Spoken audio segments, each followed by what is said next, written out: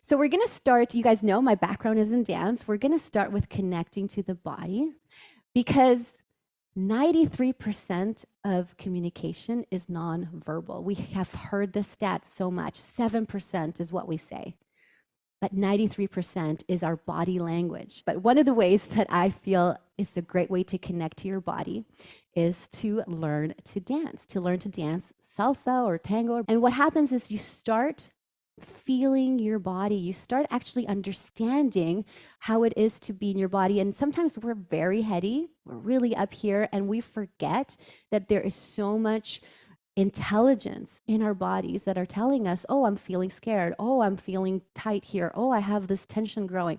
And so when you start learning to dance a little bit, all these people, that's what they're doing, you start to get to know your body. And then when you know what to do with your body, with the body language, when you are in conversation, now you're actually also increasing this, leveraging this 93% that most of us don't even talk about. There's me dancing it up a bit.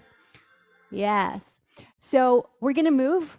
We're going to dance. It's only going to be quick 2 minutes. And if you're like, oh, I don't have room, like you can do it sitting down. But if you don't mind, we're going to stand up and we're going to feel. So we're going to do some salsa to get to know our bodies. I want you to put your feet together and we're going to start slowly moving your hips left to right. And just do that right now to kind of start stretching. We're going to put the music in a moment. But you know, a lot of fear is actually held in the hips. Okay? And so we want to kind of like start moving them side to side and get ourselves getting to know our hips. And very good. And so I'm moving the hips side to side. And now I also want you to lean back a little bit and put your hips over your heels and put your nose over your toes. So it's like I'm gonna start running. I'm actually leaning forward. I'm not standing straight, I'm leaning forward. And this is a sign of engagement and also tells your body you're ready.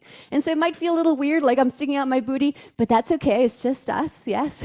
And so here we are, moving our hips and just kind of getting to feel our bodies. And we want to feel the shoes, the floor. You want to feel your hips moving. You want to have your hands like you're jogging. And we're going to start with the first salsa step. So the salsa step, it's like this. Imagine that where you are is your comfort zone. You're going to step forward with the left and get out of your comfort zone and then come back to your comfort zone. It's okay. And now you're going to step back with your right and then come back to your comfort zone. So here's my side view. My booty is back and I'm leaning forward. I'm going to step forward on my left and then come back to my feet together. Then I'm going to step back on my right and come back to my feet together. So here's the comfort zone. You always can come back to it, but in a way, when you're coming forward, it's like you're stepping out into who you want to become. So just go forward and then come back. Then you're going to step back. Whenever I step back, I think, oh, that's the past, and I've learned so much, and I'm going to bring that into the present moment. So I go forward into my future, I come back. I go back into my past, bring the goodness to my present moment, and let's repeat that. So we got forward and together, back and together. That's it. Forward and together, and back and together. Keep going. Forward and together, and back and together. So as you're doing the step, keep going with the step. Remember that you're trying to feel your body. And so dancing will help you get to know your body. And when you start getting to know your body, and you can even touch your hips, you know, I'm a big proponent of just like sexing it up or getting saucy. You can shimmy when you go forward. And what's going to happen is that you start getting more comfortable being in the body, feeling your body. Very good. And when you start getting comfortable feeling your body, you will actually start getting messages of like, oh, I'm tight here. Oh, I'm hunched in this way. Open your chest up. Whew. And this is a sign of confidence. And what's going to happen is just going to start exuding this in your everyday life. So I'm going to put the music. So we start moving our hips. Boom, boom. Yes. And you can even go a little faster just to shake off any like stressful energy. Good. And now let's try the mambo. So you're going to go forward and together, back and together, forward and together, and back. If you want to speed up, forward and together, back and together. So you can actually go a little faster, or you can go pretty slow and just feel the movement. Take a deep breath. And release. That's it. Okay, let's go double time again. Forward, back, forward together, back together, forward. Now keep going and tell me if you feel like smiling. For me, it always makes me want to smile. It always gives me more energy to move. Yes. Now, some of you may be like, oh, I'm having some thoughts like, oh, am I good at this? Or, and that's what you want to try to now release. And just feel again, feel your feet, feel your hips, feel your arms, feel your shoulders. Good. And your heart. Very nice. Heart open. But what I find is that the dancing, anytime I move or create any exercise, can I do this in a snack? So I will be like working for 25 minutes. I'll get up and I'll move a little bit. Ideas start flowing. And it just really connects me to my body. So our rib cage and our heart is where we also hold a lot of stress, and sometimes we're like if we're feeling anger, it's up here, and then fear is in our hips. So when we move our hips, we start moving that energy, and sometimes we get ideas of these are things that I need to work on. Maybe you get I need to have a different story behind it. Sometimes when we are actually working or moving our hips, you may get ideas of how to improve that limiting belief. When you're moving your rib cage, it's like you're massaging your heart. And so you want to open your heart. We'll start moving your rib cage every day. And all of a sudden, your heart, your energy, that might be stuck.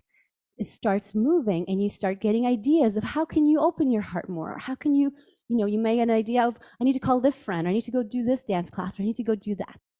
So movement helps the brain think. Whenever you feel down, just put the music on, your favorite music, and just dance and riff. And what's going to happen is that you're moving your energy and you're moving your thoughts. Okay, so new movement in your body, new thoughts will come up. Okay, so we just did a dance snack. We just did a couple minutes of dancing and moving our hips and our heart. So the first thing you're going to do is whenever you're talking with anyone, I want you to put the hips on your heels like we did in the dance snack, and your nose over toes. And you can even do this sitting down right now. You're moving your hips a little bit back, but you're leaning forward. And this is a message to your person that you're talking to, that you are interested, that you want to know. Imagine if you sit back a little bit and now lean back, and so this is a little disconnecting. But if I'm like, oh, I'm listening and I'm leaning forward, whether I'm standing or sitting, it actually gives that nonverbal message that you are engaged, you are interested, you are listening. And so that makes that other person be at ease and comfortable, and it creates more connection. Now, another thing you could implement right away, and you can even do it sitting down, is choosing an intention and then moving or sitting in that way. So I love to do these walks. I call them dynamic walks. And I will choose a word like curiosity. And then I sit like I'm curious. How would I sit if I'm curious? I'd be like, oh, what's going on here? How would I walk with the idea of curiosity? We do not sometimes pay attention to the way that our bodies are slumping is because of the thinking. So you might be like, oh, I'm kind of, I'm worried right now. And so now your body language is in, your heart is sunken back because you're trying to protect it, because you're worried or afraid. And so that thinking of worry is actually being you're exuding that, and people are getting signals and making decisions about you because they see your body language. But if you're like, oh, I'm going to embody boldness, I'm going to embody power, I'm going to embody sexiness, and I'm going to sit like this, and you will see how that actually changes your body. So my challenge to you is whenever you're walking anywhere, so you walk every day even from your desk to the washroom, choose an identity. So it could be, I'm going to be appreciative, or I'm going to walk with power or playfulness. I'm going to walk with sexiness. So you just choose one word in your mind and then walk. And you can even test this on your family members and just walk around and just be like, what did you see? And then choose a word and walk again. And I will guarantee you they will say something's different, because we don't realize that we are exuding what we are thinking all the time. And so